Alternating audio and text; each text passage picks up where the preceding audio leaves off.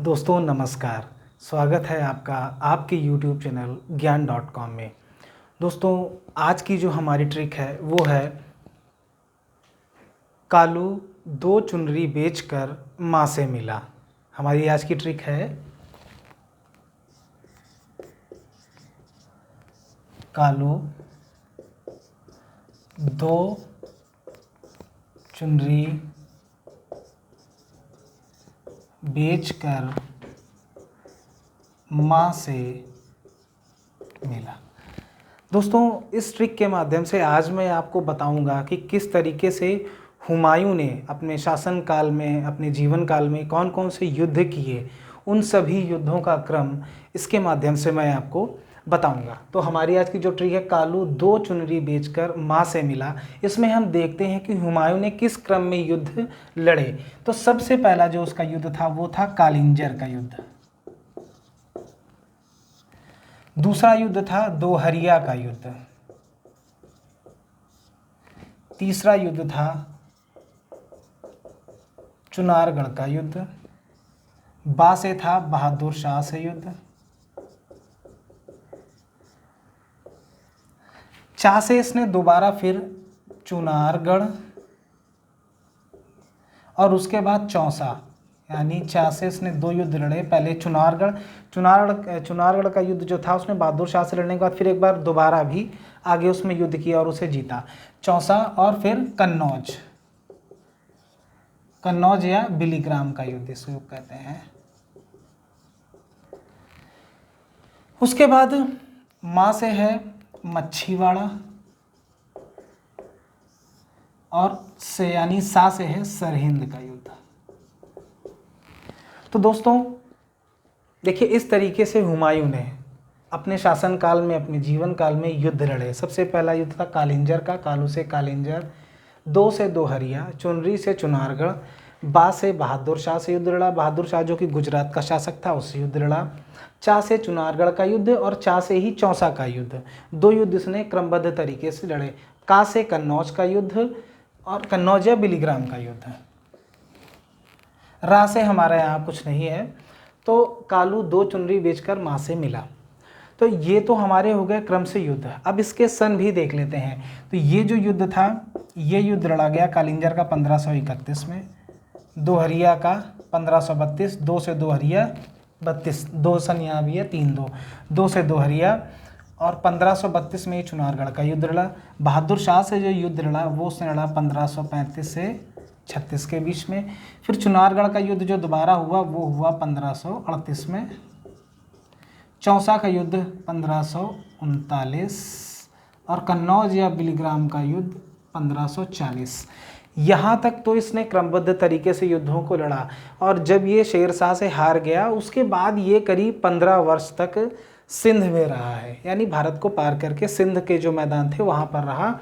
और जब वहाँ से दोबारा लौटा, जब शेर शाह मर गया उसके बाद जब ये दोबारा लौट कर आया है, तब ये जो है मच्छीवाड़ा का युद्ध इसने लड़ा 1555 में और सरहिंद का युद्ध लड़ा 1556 में। इसके बाद खुद भी इस मृत्यु को प्राप्त हुआ।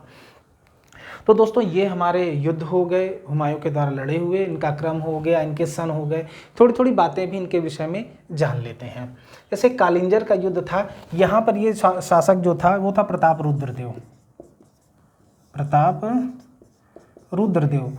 तो यहाँ इसे युद्ध नहीं कहेंगे बल्कि एक संधि टाइप की हो गई थी, जिसमें इसने प्रताप रुद्रदेव ने हुमायूं को जीता हुआ मान लिया था, इसे कुछ पैसा जो है प्रदान कर दिया था। तो ये तो था प्रताप रुद्रदेव जो कि कालिंजर का उस समय का शासक था। दोहरिया का जो शासक था वो था महमूद लोदी। दोहरिया का शासक था महमूद लोदी। तो 1532 में महमूद लोदी को इसने हराया। फिर चुनारगढ़ का युद्ध हुआ 1532 में और यहाँ पर इसकी जो पहली बार लड़ाई हुई वो ही शेर खां जो कि बाद में यही शेर शाह बना, इसने ही अपनी उपाधि ली थी। तो शेर खां से पहली लड़ाई चुनारगढ़ के किले में, चुनारगढ़ के किला था उसमें लड़ाई हुई। इसमें शेर खां ने जो है क्या किया कि इससे संधि की और अपने बेटे को, जिसका नाम था कुतुब खां, देखिए मज़ेदार बात, यहाँ ये शेर है पिता और इसके बेटे का नाम देखिए कुतुब लिखा है, कुत्ते से संबंधित लिखा हुआ है। तो शेर खां ने अपने बेटे कुतुब खां को, जो इसके पुत्र था, इसको हुमायूं की सेवा में भेज दिया। तो 1532 में हुआ चुनारगढ़ के किले का युद्ध हुआ। इसके बाद बहादुर शाह से युद्ध हुआ।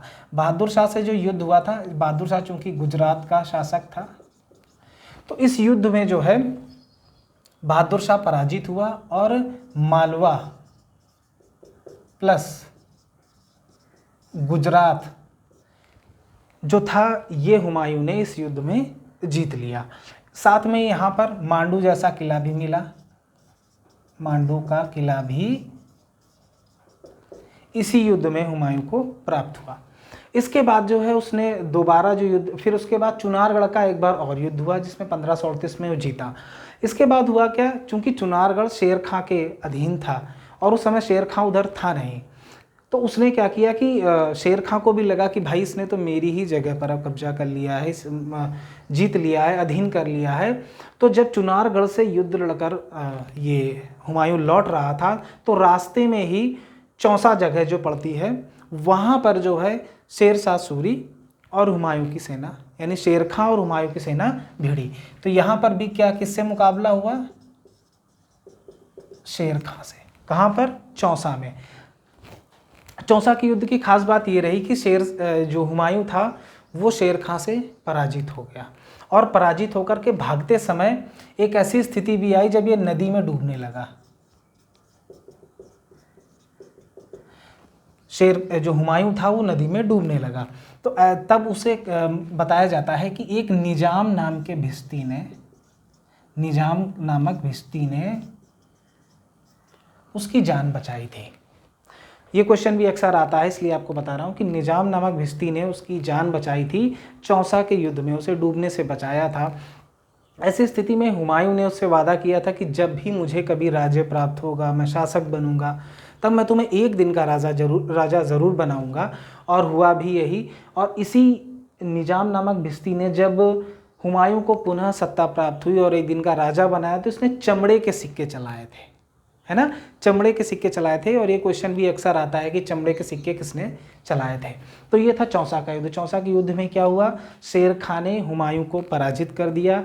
हुमायूं अपनी जान बचाता हुआ जब भागा तो उस दौरान वो नदी में डूबने लगा, जिसे निजाम नामक भिश्ती ने बचाया। और निजाम नामक भिश्ती ने ही जब उसे एक दिन का शासक बनाया तो उसने चमड़े के सिक्के चलवाए।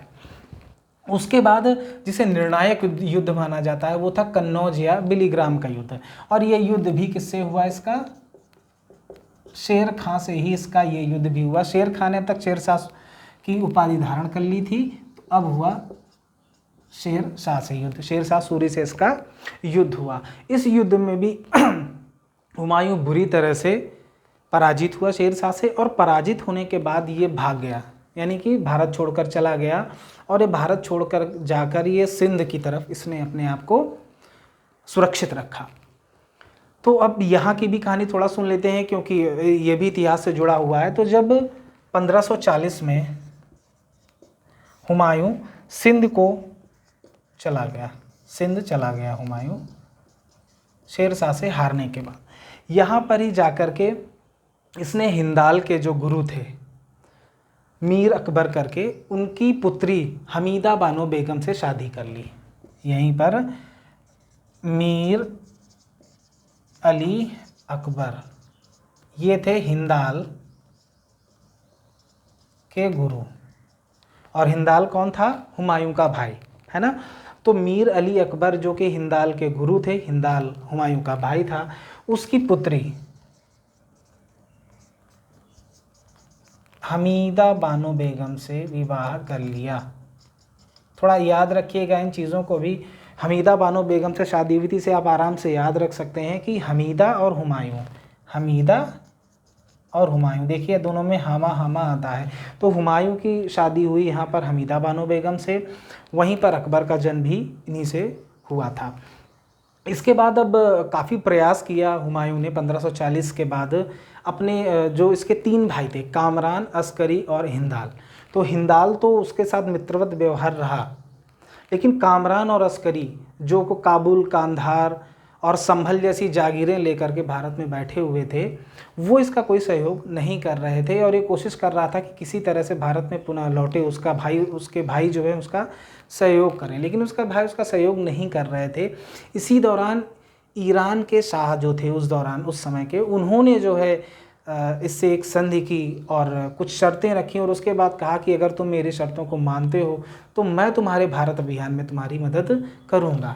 उसके बाद ये भारत लौट कर आता है 1555, जब उधर जब शेर शाह की मृत्यु हो जाती है, तो इसके लिए मैदान खाली हो चुका था, ईरान के शाह का साथ मिल रहा था। तो ये आकर के अपने भाई में से कामरान की आंखें निकलवा देता है और उसे मक्का भेज देता है। बाद में अस्करी को भी मक्का भेज देता है और हिंदाल उसी के साथ युद्ध लड़ता हुआ हुमायूं के साथ में ही मारा जाता है। तो तीनों भाई भी इसके चले जाते हैं। उधर शेर शाह सूरी जो है वो भी ख़त्म हो चुका था।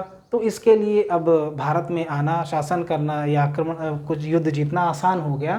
तो तब ये भारत में आता है 1555 में, यानी 1540 से 1555 तक ये बाहर रहता है और बाहर से आने के बाद मच्छीवाड़ा का युद्ध लड़ता है। मच्छीवाड़ा के युद्ध लड़ने के बाद इसे पंजाब का राज्य प्राप्त हो जाता है।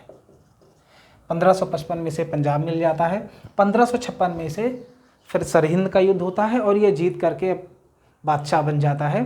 अब ये इसके लिए बैड लक की देखिए, पूरे जीवन भर ये परेशान रहा, लड़कता रहा, इधर उधर रहा और बाद में सरहिंद के युद्ध के बाद में जब उसके पास सत्ता आई, बादशाह बना, तो कुछ ही महीनों के बाद इसने जो अपना एक पुस्तकालय बनाया था जिसे दीन पनाह कहते हैं, वहाँ की सीढ़ी से लुढ़कता हुआ मर जाता है। तो लेन पूल एक इतिहासकार हैं, ये क्वेश्चन भी अक्सर आता है। इन्होंने कहा है कि हुमायूं ज़िंदगी भर लुढ़कता रहा और अंत में लुढ़कता लुढ़कता ही मर गया।